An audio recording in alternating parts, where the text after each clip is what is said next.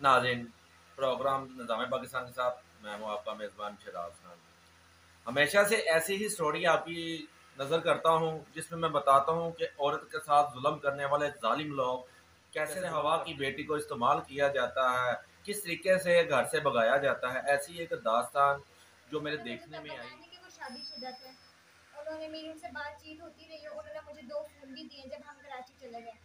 उन्होंने मुझे वहाँ से बुलवाया, उसके अच्छा, बाद वहाँ से बुलवाया कैसे? आपको पैसे उन्होंने सेंड किए? किस तरीके से आप लाहौर में आई? उन्होंने मुझे पैसे सेंड किए थे। तो उन्होंने मुझे कहा था हम मैं तो वहाँ आ नहीं सकता क्योंकि मैं कभी वहाँ कराची नहीं आया हूँ। तो उन्होंने मुझे पैसे सेंड किए थे जिस जिस नंबर पे मुझे उन्होंने फ़ोन दिया था।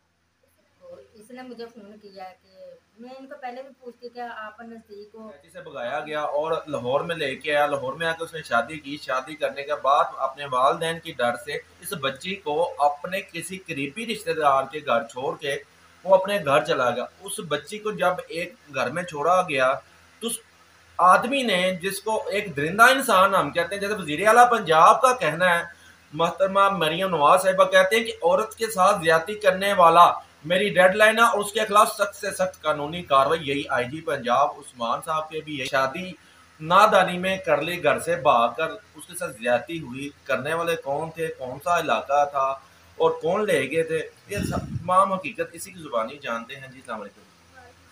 क्या नाम है बेटा आपका? शिजा मोहम्मद याकूब। अच्छा बेटा, आप कराची से कैसे आई? मैं कराची से पहले हम जब यहाँ रहते थे तो हम रेंट पे रहते थे, हम कराची से आए थे। और बिलाल मोहम्मद जो है, मोहम्मद बिलाल जो है, उनसे मेरी बातचीत हुई है।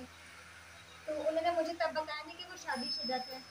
उन्होंने मेरी उनसे बातचीत होती रही है, उन्होंने मुझे 2 फ़ोन भी दिए जब हम कराची चले गए। उन्होंने मुझे वहाँ से बुलवाया, उसके अच्छा, बाद वहां से बुलवाया कैसे? आपको पैसे उन्होंने सेंड किए? किस तरीके से आप लाहौर में आई? उन्होंने मुझे पैसे सेंड किए थे।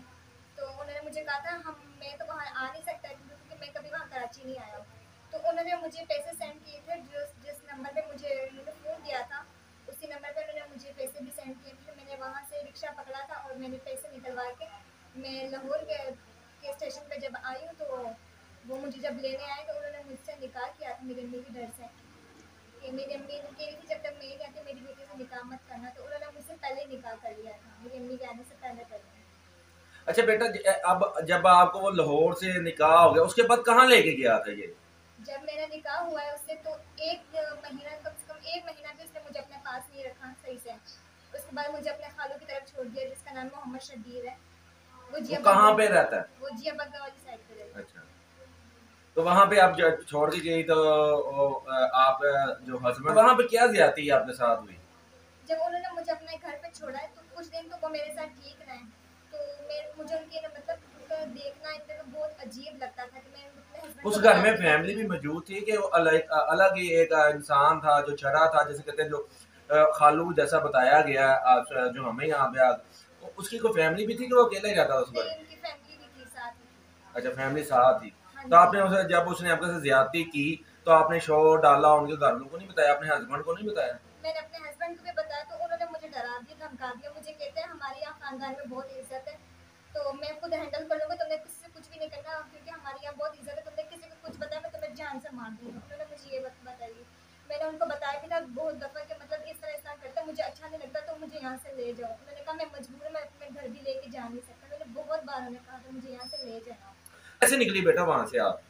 मैं वहाँ से जब उन्होंने मेरे साथ मेरे हस्बैंड मुझे छोड़ के जब वहाँ गए तो वो चले गए थे वहाँ से। उसके बाद वहाँ पे जो उनकी जो बेगम थी वो पैसे निकलवाने गई हुई थी कहीं पे। घर पे कोई भी नहीं था उस टाइम पे, कोई भी नहीं था, बच्चे स्कूल गए हुए थे सब।